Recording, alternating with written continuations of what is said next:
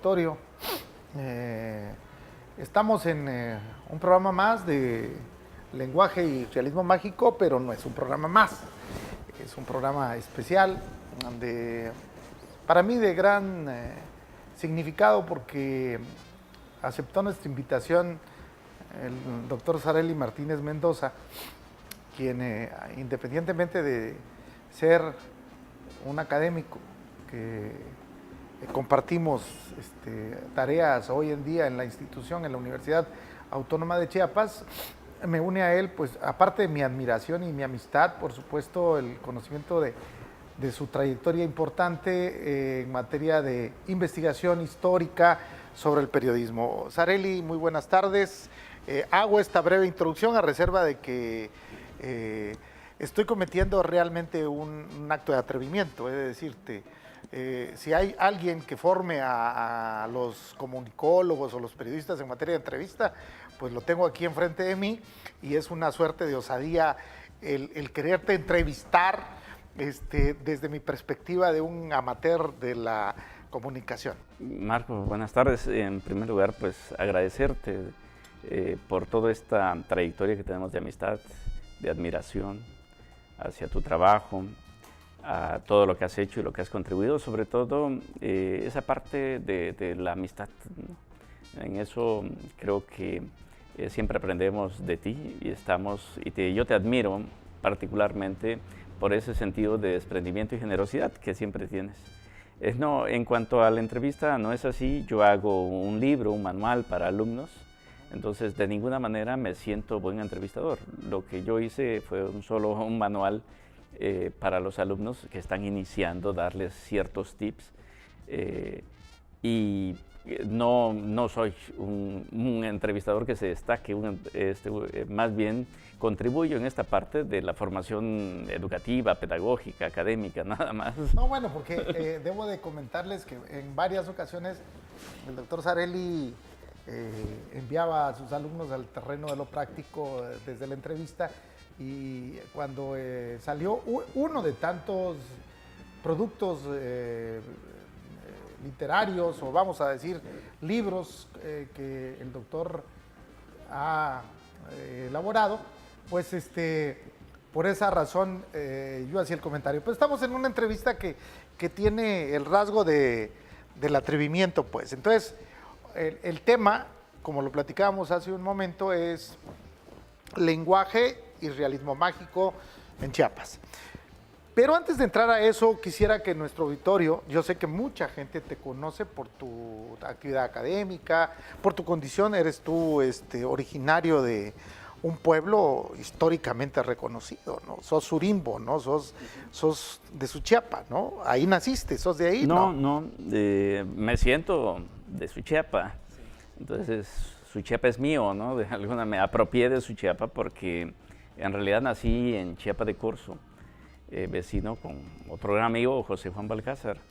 Yo nací muy cerca de Narciso Mendoza, en una finca que se llama La Nueva Era. Entonces, ya a los 6 años llegué a Suchiapa y yo me siento parte del pueblo. Mi memoria de niño es Suchiapa. Lo demás, realmente tengo muy pocos recuerdos de... Sí, tuviste poco tiempo en La Nueva Era. Sí, pero ahí nací, ahí estaba mi familia. Hicimos la vida, digamos, de familia en Narciso Mendoza, pero nos fuimos después a Suchiapa y ahí estudié la primaria.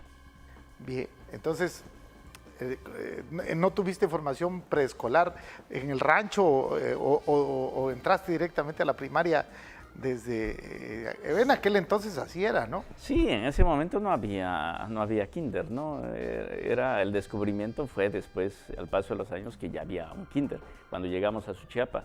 Pero yo llegué ya cuando pues ya no tenía por qué estar en el kinder. Llegué a los 6 años ya buscando estar en la primaria. Ajá. Y ahí en la primaria, pues ya me quedo, estudio toda la primaria en Suchiapa. Por eso mi vínculo es con Suchiapa. Yo me siento del pueblo y mis conocidos, mis amigos de infancia son, por supuesto, del pueblo. ¿Cómo se llamaba tu escuela? Yo estuve en 2 escuelas en la primaria. Estuve 2 años en primero en una escuela que se llama 18 de marzo, donde ahora está el mercado de Suchiapa. En ese entonces era un caserón enorme, que era la escuela, una escuela de adobes. Y estuve 2 años, me gustaba mucho el primero, así que estuve 2 años en primero. ¿Repetiste el primero, como quien dice? No, no lo repetí. Sino en el mismo salón estuviste primero y No, segundo. no solo lo repetí una vez, lo repetí 2 veces, ¿no? Entonces yo estuve 3 veces en primero. ¿Cómo está eso? Es decir, por eso es que aprendiste también a escribir y te aprendiste aquellas planas. En ese tiempo evaluaban con una calificación de A. Y la primera vez que yo estuve en primero, en la 18 de marzo, salí pues con calificación perfecta de A.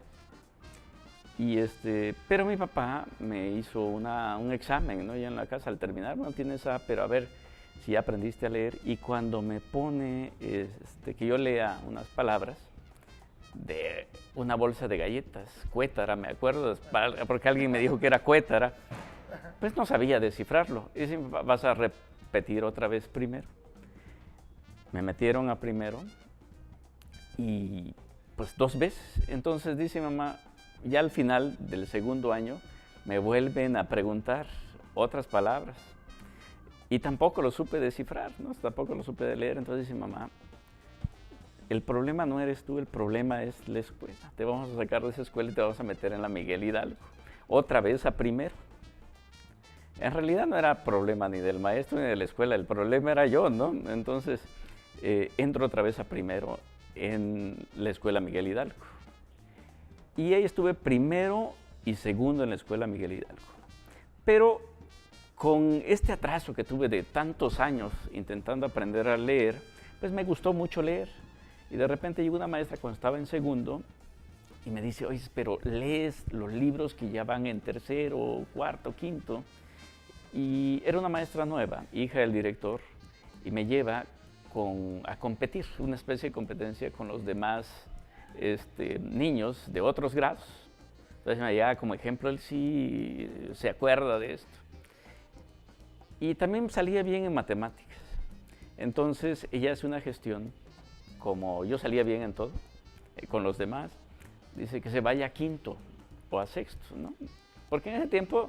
subieron. Me subieron y ahí recuperé lo que había perdido 3 años en primero, ¿no? Entonces, de alguna manera rompes un paradigma, ¿no? Esta evolución lineal que todo el mundo lleva en los grados, realmente el objetivo es tu formación de habilidades, es decir, desde aquel entonces comienzas a desarrollar, yo creo que una de las habilidades que pues hoy en día se cuestiona mucho, que tanto estamos en un ambiente de libros, estamos en la librería de la Universidad Autónoma de Chiapas y precisamente en un entorno de libros, porque cuando me planteé la entrevista, lo platiqué con Ortela, dije, el doctor Sarelli tiene que estar en un mundo de libros.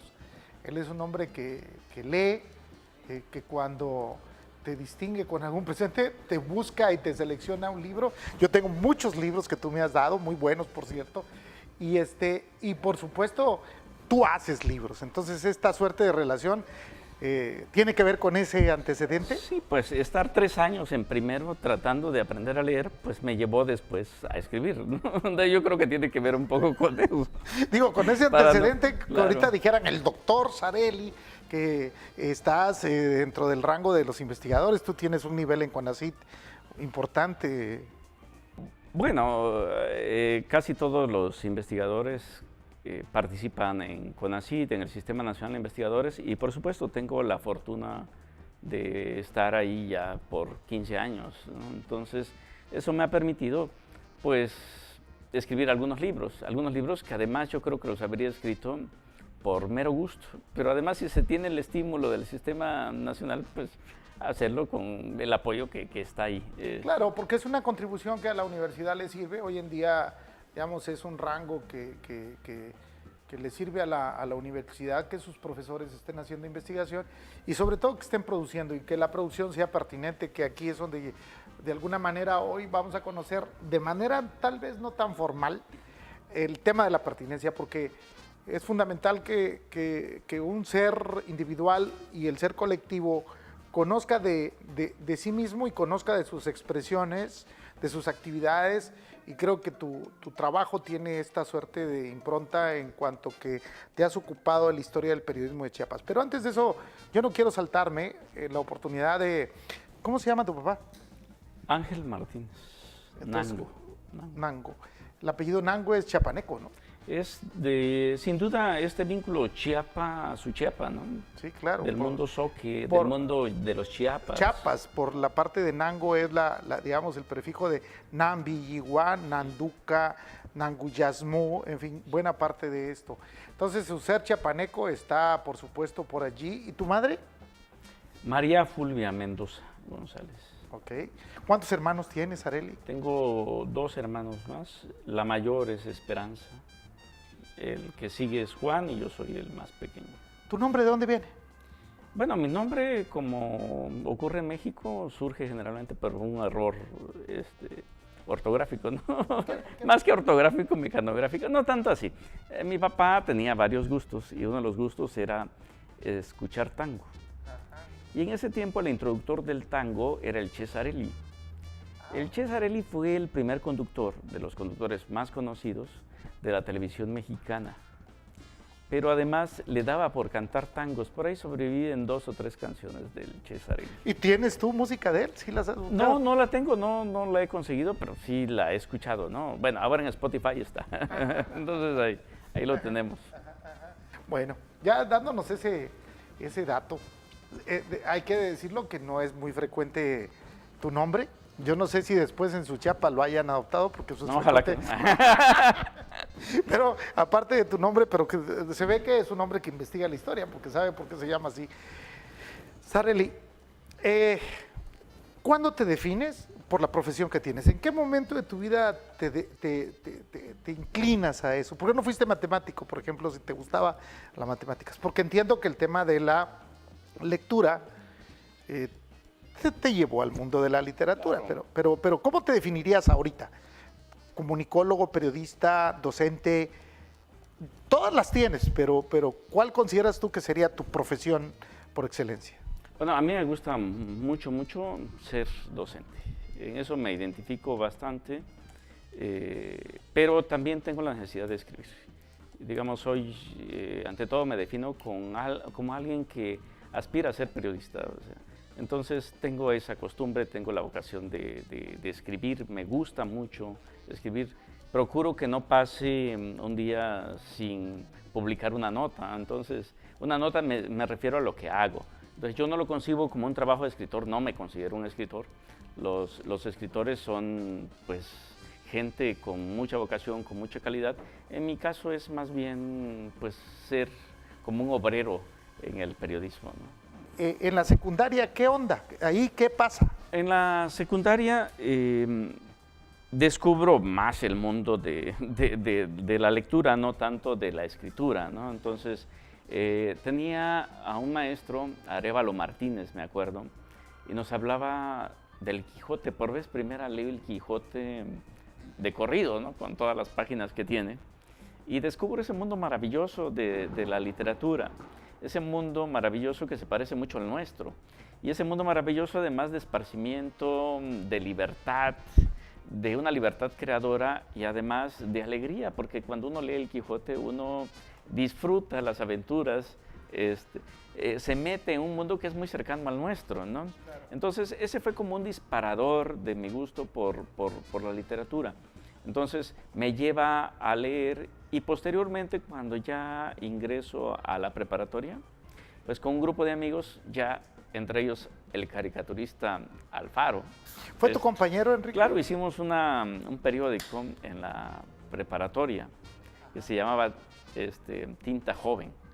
Y otros compañeros, Sergio Melgar, que ahora también está metido en esto, Juan Pablo Cebadúa Carbonell, que colabora con nosotros en Chiapas Paralelo, y hacemos este periódico, nos surge la inquietud, más en ese momento de experimentación, no como una vocación, pero que de alguna manera nos define. Pero cuando llegas a la necesidad de definir, por ejemplo, el área que vas a escoger para tu futura carrera, que eso pasaba cuando estabas en la preparatoria, no optas por físico, matemáticos, ni sino por las humanidades y por las ciencias sociales, ¿o no? Sí, lo que pasa es que estaba como ya muy definido en el asunto de haber colaborado en un periódico, de entender un poco cómo estaba esto, o sea, no era un asunto muy nuevo, ¿no? ¿Ya sabías desde que tenías 17, 18 años que ibas a hacer de tu vocación esta profesión? Sí, sobre todo hubo una persona, no recuerdo el nombre, que vino por acá, vino una persona que nos dijo, era un reportero, él trabajaba, si no mal recuerdo, para Excelsior, en el viejo Excelsior, y llegó por acá y lo conocí de casualidad y dijo que él se iba a Nicaragua, se iba de combatiente. Estaba la Revolución Sandinista. La Revolución Sandinista, y él vino a reportear acá. Aquí dormía en una combi, escribía para el periódico La República en Chiapas. Y yo le pregunté si se estudiaba para ser periodista. Y me dijo, pues no necesariamente, pero lo mejor es tener una instrucción universitaria. Y él me comentó que había estudiado en la Escuela de Periodismo Carlos Septién García, y se me quedó grabado ahí el nombre. Y dije, no, pues esto suena interesante, hay una profesión. Yo pensé que no la había, pensé que el periodista se formaba como se formaban en ese tiempo, básicamente en las redacciones de los periódicos, en las estaciones de radio y televisión. Pero él me descubrió esta parte. Él estuvo acá un tiempo, porque empezamos a tener... ¿No te acuerdas de su nombre? No me acuerdo de su nombre. He investigado sobre él. Quien se debe acordar es José Juan Mendoza, porque José Juan Mendoza ya tomaba fotos en ese tiempo en la República en Chiapas. Alguna ocasión lo hemos comentado con José Juan, y creo que al final a este periodista regresó a México después de participar en la Revolución Sandinista, y lo asesinaron en Acapulco. Eso me dijo José Juan Mendoza. Le he perdido el rastro, pero era un tipo estupendo, ¿no? Platicaba la vez pasada con Lorenzo Pacheco, tampoco él se acordaba del nombre. Lorenzo Pacheco en ese tiempo era el director de La República. Decía, qué personaje tan extraordinario el que llegaba, porque era reportero, pero estaba juntando dinero para proseguir su viaje a Nicaragua. Entonces dice, pero me metía tantos goles, me hacía la nota y por ahí mezclaba un parrafito crítico hacia el gobierno. Entonces, pero ni yo lo detectaba. Hasta ya viéndolo publicado me daba cuenta, era muy fino y tenía estos ideales. Y estuvo aquí para seguir su viaje, ¿no? Iba en tránsito, ¿no? Pero dejó en el tránsito una suerte de información que te sirvió a ti para que lo recuerdes en este momento. Y luego termina la prepa y te vas. Pues tenía claro que tenía que irme a la Carlos Septién. Entonces, y allá te formas. Sí, estuve en la Escuela de Periodismo Carlos Septién, que es una escuela la más antigua del país. Entonces, con una vocación, una orientación de la universidad, sobre todo por el periodismo, ¿no? ¿Y allí qué recuerdas? ¿Qué profesores, qué materias y qué compañeros vienen a la mente inmediatamente en tu historia personal? Pues generalmente en la Septién la mayoría se forma en los periódicos. En ese momento la mayoría se estaba formando y trabajaba en los periódicos, estaciones de radio, televisión. Había una intensa vida estudiantil participando en medios. Tenía varios profesores, en particular recuerdo a dos profesores. Recuerdo a Alberto Barranco Chavarría, que él es un estupendo docente, es columnista en cuestiones financieras. Yo no sé por qué le da la parte financiera. Él dice que porque es el periodismo más crítico. Tú puedes rebatir los argumentos, pero difícilmente puedes rebatir las cifras que se dan, ¿no? Entonces dice, yo hago un periodismo necesariamente crítico. Y el otro profesor con el que mantengo correspondencia de manera muy frecuente es José Alfredo Páramo. José Alfredo Páramo, cuando se entera que yo era de Tuxtla, que era chiapaneco, pues inmediatamente acogía a los chiapanecos. Les brindaba apoyo, platicaba con ellos, comíamos con él, porque él había vivido en Tuxtla. Su familia era de Tapachula. Pues empezó la amistad. Una amistad que él tiene 86 años, que la mantenemos, nos escribimos cada semana, cada 15 días.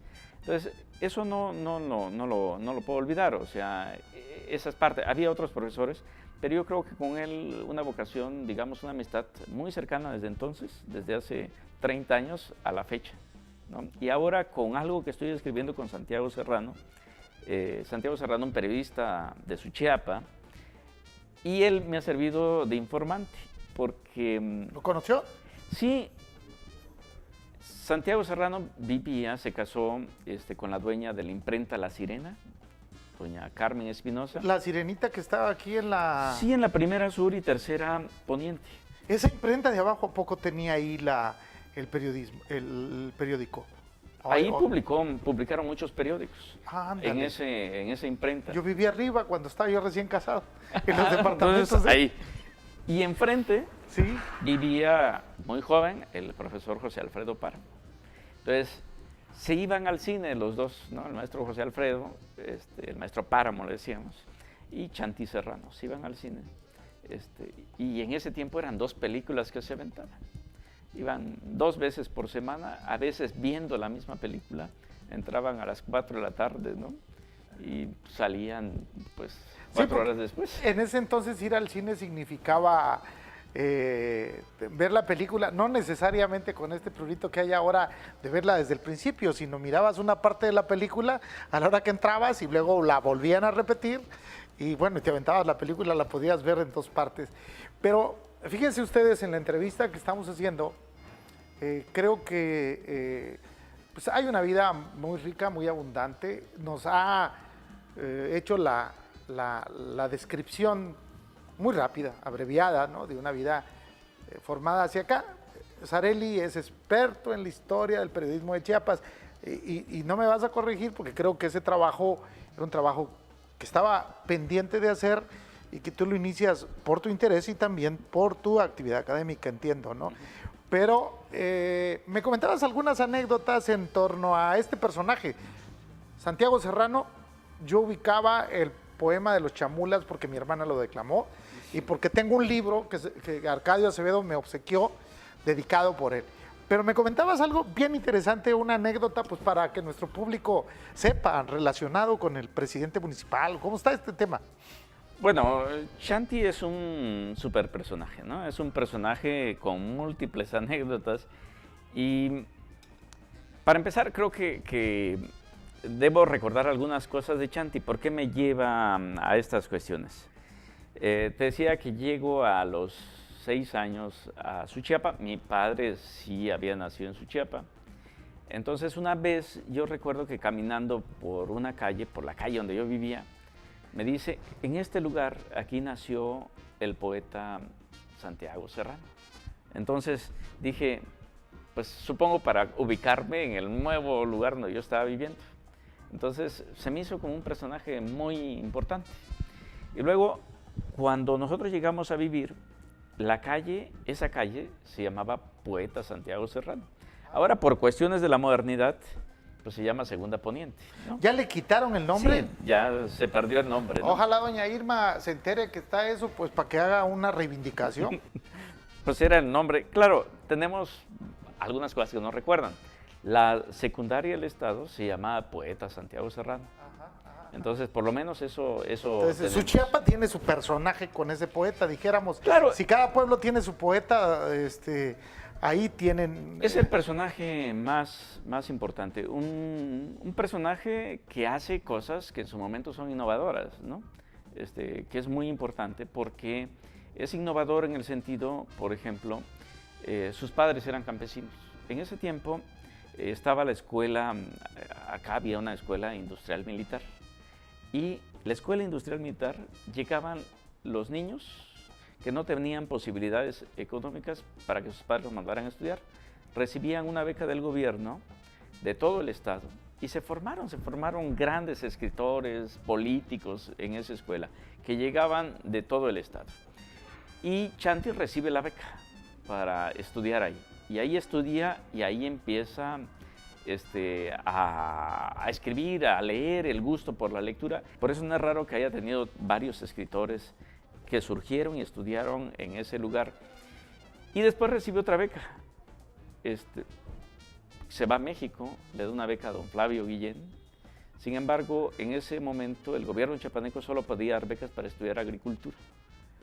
Flavio le dice, bueno, es que no importa que vaya a estudiar agricultura, porque al fin y al cabo eres poeta. Y los poetas lo que necesitan es vivir. Y se va. Entonces, estas cosas me parecen importantes, que sean innovadoras en un pueblo. Alguien que sale del pueblo, se viene a estudiar a Tuxtla, después se va a estudiar a México, después se va a estudiar a Guatemala, pero en todo este tránsito empieza a publicar periódicos. Cuando está en la Escuela Industrial Militar, en Tuxtla, a los 14 años, tiene su primera publicación Juventud, se va a la Ciudad de México, publica periódicos, en todos lados donde está el trazo de Santiago Serrano, es de periodismo. Santiago Serrano, podría decirse, es un personaje poco reconocido en Chiapas, es decir, hoy en día. Sí, me parece que ha habido una sombra, un silencio en torno a la vida y la obra de Santiago Serrano. En los 50, 60, sus poemas se declamaban en las escuelas y tienen poemas que son muy fáciles, muy agradables de leer, son muy reflexivos. Hay toda innovación en la poesía de Santiago. De hecho, la generación de los 20, 30 es la generación de Chanti, de los poetas de Chanti. Así se le conoce a esa generación. Pero sus libros ya no se volvieron a reeditar. Entonces, estamos hablando de que hay un momento de Chiapas. Vamos a cerrar este bloque con una pregunta que te formulo. Chanti es contemporáneo de qué poetas de Chiapas, más o menos. Por ejemplo, Rodolfo Figueroa en Cintalapa, José Emilio Grajales, por ejemplo, en Villaflores. Es decir, como que están localizados los poetas que distinguen hoy en día. Si pudiera hacerse un ejercicio más o menos, ¿su Chiapa tiene en Santiago Serrano su representante poético? Por supuesto, y tuvo vínculos con ambos poetas, pero su maestro es José Emilio Grajales. José Emilio Grajales de alguna manera lo mete en la creatividad y en el espiritismo, porque era un tipo que le gustaba este tipo de cosas. Y para que Santiago Serrano fuera aceptado que ya era mayor en ese tiempo, ¿no? Ya le era médico, y Santiago Serrano era un chamaco de 13, 14 años cuando lo conoce, pues empiezan a hablar de espiritismo, esa es la puerta de entrada, y se reunían los domingos en sesiones espiritistas con José Emilio Grajales, y ese es el vínculo que tienen inicial, y luego el vínculo de la poesía. De hecho, hay un poema de José Emilio Grajales, Los Chamulas, y en honor a ese poema y a su maestro, que es José Emilio Grajales, escribe, por supuesto, también Los Chamulas Santiago Serrano. Ándale, esa poesía fue la que declamó mi hermana. Pues miren, seguramente quienes están siguiéndonos en este programa de lenguaje y realismo mágico han entendido que esos dos propósitos que tiene el programa, el hablar de nuestra forma de ser por nuestra forma de expresarnos y de hablar, pues, y la otra, esta suerte también de surrealismo que hay en nuestros comportamientos, pues aparece en esta primera parte de la entrevista. Vamos a despedirnos, pero comprometiéndonos a un segundo bloque para que ustedes también nos sigan en la entrevista. Te agradezco mucho, Sareli, por esta primera parte y por supuesto continuaremos en este espacio.